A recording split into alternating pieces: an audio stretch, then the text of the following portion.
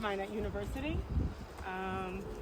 I studied Jewish history. He was a master's student for history, and we both studied together at a Beit Midrash at the university.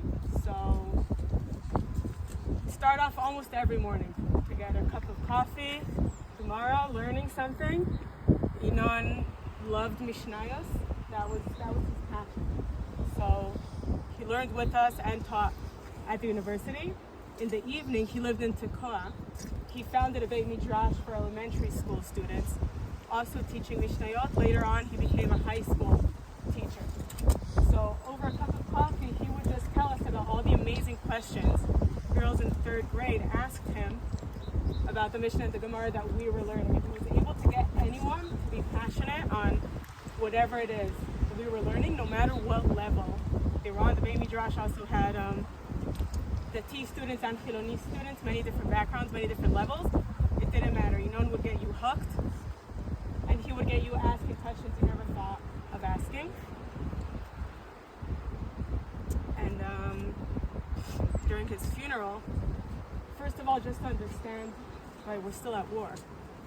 So you come here, there's hundreds of people. All these graves were not built yet. You just see like mounds. All of this was dirt. This was like the new row. I was standing way at the end, not seeing anything, because hundreds and hundreds of people. And the first thing you hear is a representative from the army taking the mic, and the first thing he says is, in case of siren, no one go anywhere. There's no shelter. You lay down on the floor, hands on your heads for 10 full minutes. And that happened in the middle of the hesped of Enon's father. Enon's father couldn't even finish his hesped for his son. He had to stop and lay down on the ground for 10 minutes, exposed, not knowing what's going to happen. And when his wife came to speak, her first sentence was, she said that the lost this isn't our story. Because the truth is, Enon hated the army. He was not brave, he was not strong.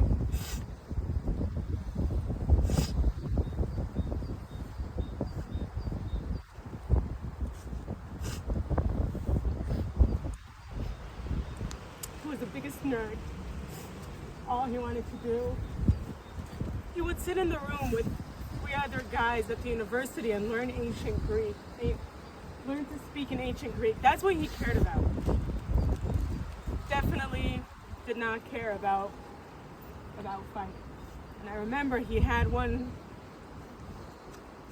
week he had miluim, just like regular reserves, and he was complaining for a month in advance that he has to go to miluim and he has to figure it out with his studies and everything, and he hates it.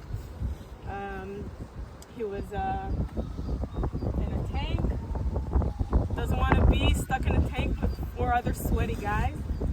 And I sent him a message that week, just like, how you doing? How's miluim? And then he wrote, oh, actually, they sent me home. I got sick.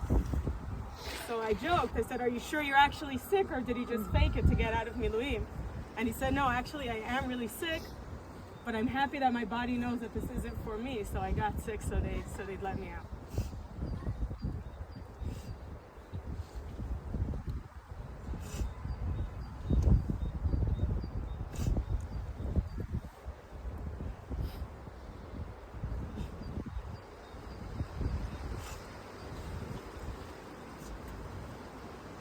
I just think that's a story that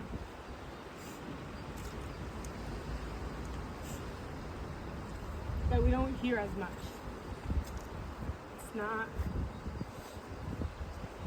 It's not cool. He was 31. He had a 9-month-old son. He didn't run into fire just to be brave. It's not at all what he wanted to do, but he did it because he had to.